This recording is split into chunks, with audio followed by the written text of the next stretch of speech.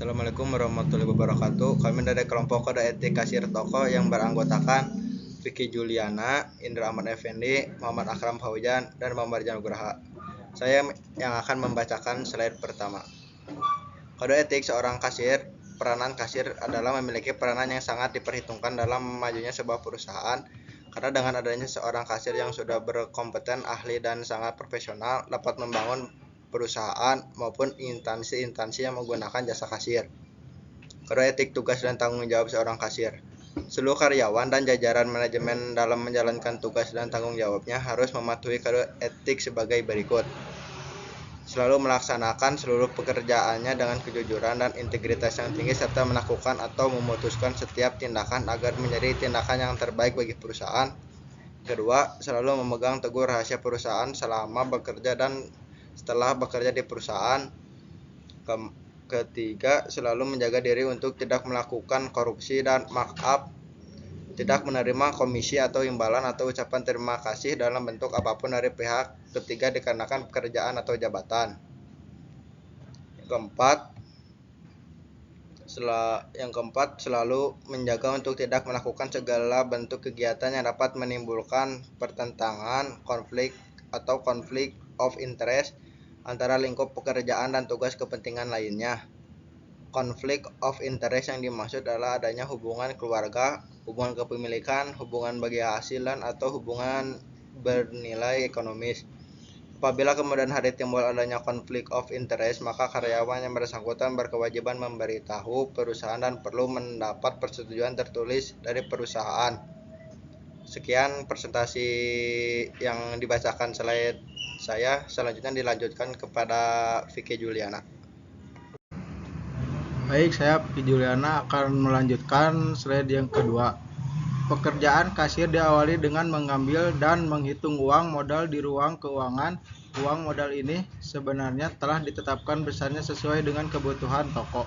Setelah uang modal dihitung, kasir membawa uang modal ini dengan hati-hati menuju tempat tugasnya. Setelah kasir mempersiapkan mesin dengan memperhatikan hal-hal pokok, memastikan bahwa mesin tersebut sudah direset atau ditarik datanya.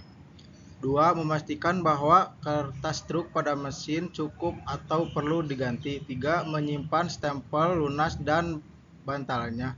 4. Menyiapkan pulpen dan isinya cukup dan berfungsi baik. 5. Memastikan kunci mesin dan kunci laci uang sudah dalam posisi aman. 6. Memastikan bahwa mesin edisi memproses kredit telah berfungsi baik. 7. Menyiapkan formulir simpel untuk antisipasi jika terdapat customer yang membayar dengan kartu kredit. 8. Membersihkan mesin dan bersiap untuk membuka toko. 9. Terakhir, amati sekali lagi penampilan di cermin dan pastikan sesuai dengan standar yang telah ditetapkan perusahaan. Selama buka toko, 1. Kasir merupakan orang yang ikut bertanggung jawab dalam meningkatkan omset penjualan. 2. Kasir bertugas sebagai operator mesin yang dituntut dengan bekerja efektif dan efisien serta tidak ragu-ragu saat bertugas. 3. Kasir juga berfungsi sebagai komunikator. 4. Kasir selalu berada pada lokasi tertentu. Karena lokasi tertentu itulah maka sering customer lebih suka bertanya kepada kasir. 5. Kasir pada umumnya juga selalu dilengkapi dengan fasilitas komunikasi berupa telepon dan HT, sehingga kelengkapan kasir juga berfungsi sebagai pusat informasi. 6. Kasir sebagai security dalam kapasitas sebagai petugas keamanan, maka kasir dapat bertindak sebagai pengawas area penjualan. Hal ini sangat memungkinkan. Untuk slide selanjutnya akan diteruskan kepada Akram. Di sini saya akan melanjutkan presentasi yang sudah dijelaskan oleh teman saya. Mengingat posisi kasir yang menetap atau disebut stasioner dengan diam di tempat pada saat kasir tidak melayani customer, maka ia dapat mengawasi perilaku customer yang berlalu di area penjualan yang terjangkau oleh sudut pandang matanya. Saat tutup toko, 1. Pisahkan dan rapikan uang hasil penjualan di amplop tersendiri. 2. Tanda tangani amplop kemudian selotip yang rapat. 3. Tuliskan nomor kasa dan nomor kasir pada sisi luar amplop. 4. kumpulkan dan amankan semua stempel lunas, besar, plus, dan kecil. 5. Periksa lagi laci mesin CR dan laci meja, jangan ada yang tertinggal. Lalu kunci mesin CR dan kunci laci meja.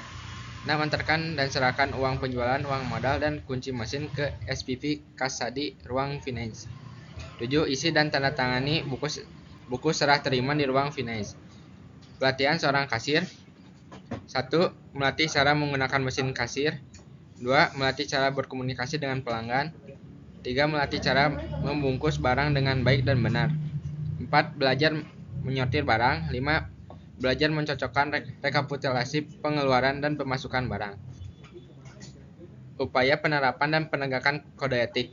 Karyawan dapat melaporkan dugaan pelanggaran atas implementasi kode etik kepada atasan melalui mekanisme whistleblowing system yang disebut letter to CEO atau disebut LTC.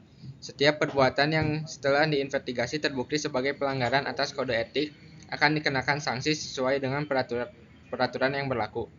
Upaya implementasi dan penegakan kode pada kasir dilakukan dengan kesadaran secara terus-menerus dalam bentuk komitmen, sikap, dan perbuatan yang dilakukan antara lain dengan 1. Pernyataan kepatuhan kode etik kasir. 2. Komitmen manajemen dan seluruh karyawan. 3. Integritas. Sekian, selanjutnya akan dilanjutkan oleh teman saya Akram. Perkenalkan, nama saya Muhammad Akram Paujan. Selanjutnya saya akan melanjutkan presentasi tentang etika ini. Jenis sanksi pelanggaran kode etik. Jenisnya ada 3, sanksi ringan, sanksi sedang, sanksi berat. Yang pertama sanksi ringan, sanksinya berupa teguran tertulis ringan, dan kedua teguran tertulis kedua. Contohnya, yang pertama keterlambatan absensi, yang kedua kelalaian bekerja seperti perhitungan uang pemasukan yang tidak sesuai, yang ketiga bermalas-malasan. Jenis pelanggaran yang kedua sanksi sedang. Sanksinya yang pertama peringatan tertulis pertama, 2 peringatan tertulis kedua, 3 peringatan tertulis keras, dan terakhir. Contohnya, 1. Terjadi perseteruan dengan konsumen akibat pelayanan yang kurang baik. Yang kedua, harga barang di kasir dan di rak berbeda.